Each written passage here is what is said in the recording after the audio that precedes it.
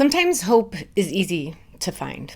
When everything's going well, it can show up everywhere with a sense of childlike wonder, looking through rose-colored glasses. And even the things that have been going wrong can fade away into the background and everything seems positive and possible. But sometimes, and for some people, most of the time, it feels like everything that's been going wrong is in the foreground.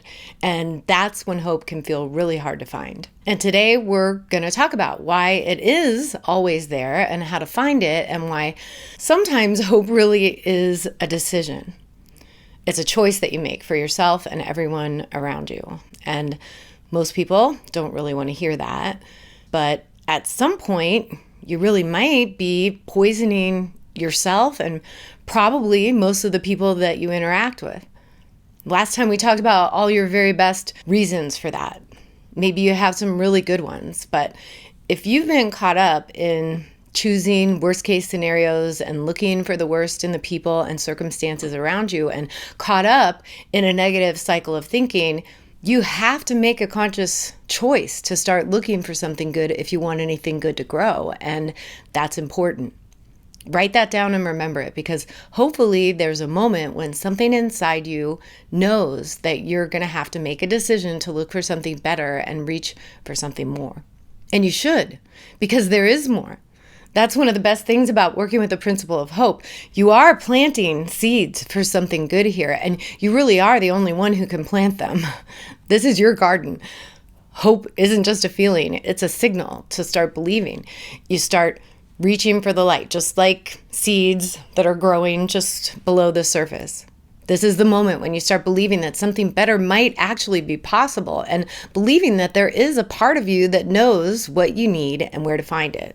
Hope is the principle that reconnects you to possibility. And when that part of you comes back to life, you'll start to see all the good things that are already right there around you, and all the little things that you've been taking for granted, and all the big things that you've been picking apart, or sometimes even outright destroying.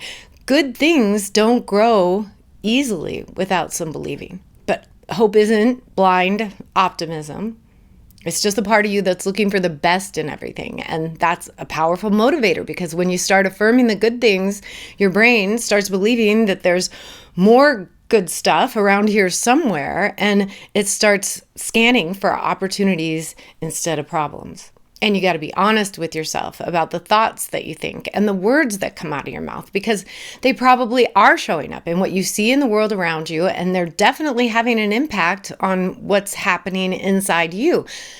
Negative self-talk does have an impact on your emotions, your behavior, your relationships, and your outcomes, and it definitely plays a huge role in keeping you stuck. But hope creates momentum for moving in the right direction. When you believe something good can happen, you're much more likely to take some action to make it happen.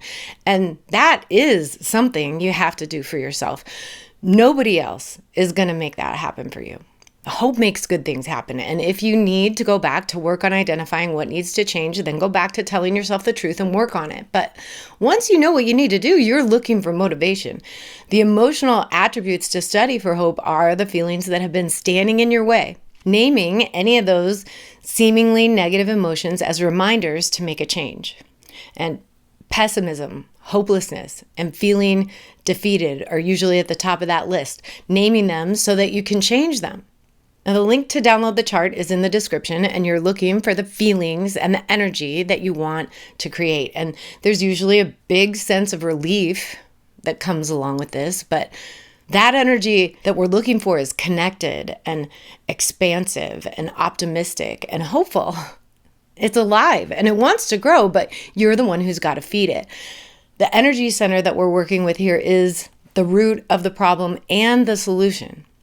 It's at ground level. It's where all the good things start making their way up to the surface. It's sometimes too small to even see at first, but they are there. You're telling yourself the truth now about any feelings that have been coming up to tell you that you're out of balance and looking for ways to get into balance so that you can make some good stuff grow. You're working on building belief and increasing positivity, exploring options, expanding possibility, and breaking the cycles of negative thinking. And I've got to tell you, if I haven't already told you this before, you can't really break a cycle. I know I say it sometimes, I just did, because it's a pretty common phrase and it does create a pretty powerful visual image. But if you want one cycle to end, you have to get serious about starting a new one. You can't really break it, but you can make a decision to change it. You're making a conscious choice to move in a different direction. And I know that can be challenging, but that's why we practice. So start setting intentions for hope with a visual reminder to reach for the light.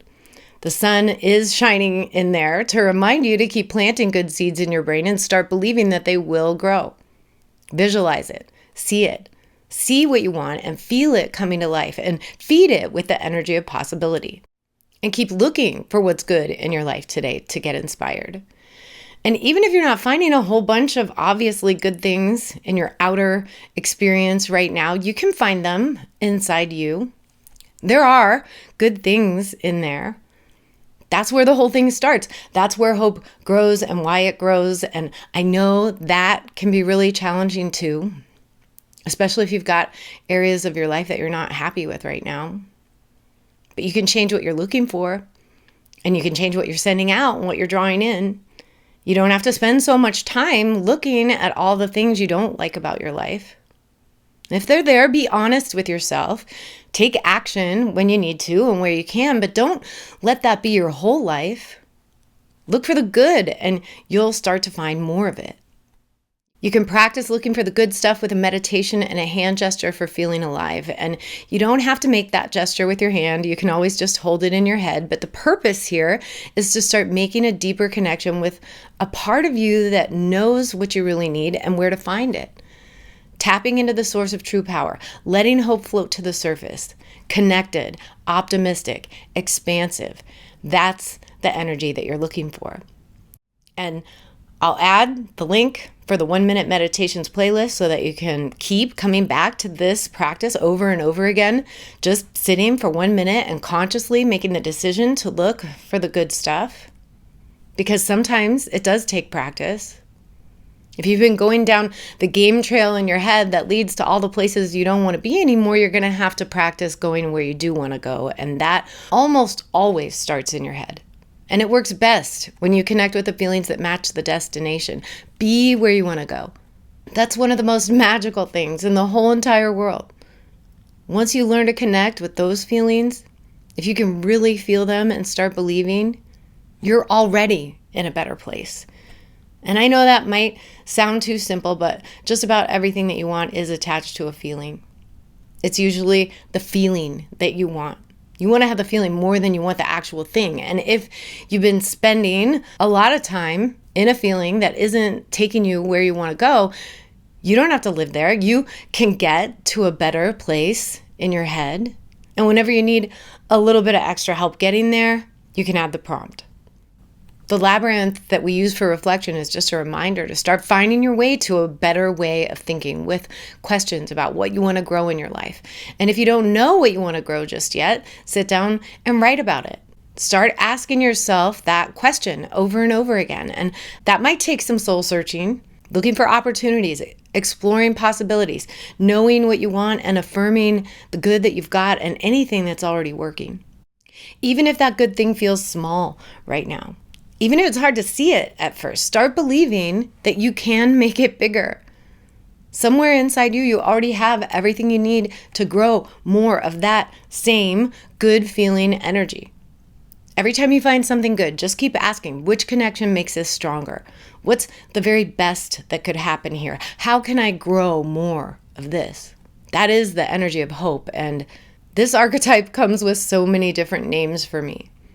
It's the light, it's the sun, it's the dreamer and the optimist. And the physical posture is simply reaching for the light. It's the salute to the sun. And there is a connection that you can make by grounding and reaching physically, but you can always just hold this in your head because this is a physical and mental stretch. Look for every opportunity to grow everywhere you go. Remind yourself to reach for what you really want. Definitely for what you need. Reach out for help and reach up. Pull yourself up into a higher frequency. This is the archetype of your true desire, your full potential, and your true power. This is where you find your motivation. Hope inspires meaningful action. You start believing in yourself and believing that something entirely good will come from the seeds that you're planting here.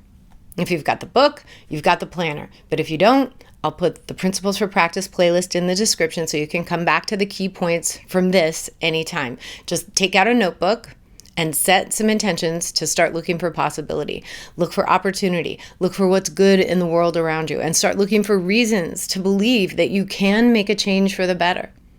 List any emotions that relate to feeling hopeless or stuck, or any cycle of negative thinking that's been playing out in your head. And don't forget to list all of those good feeling emotions.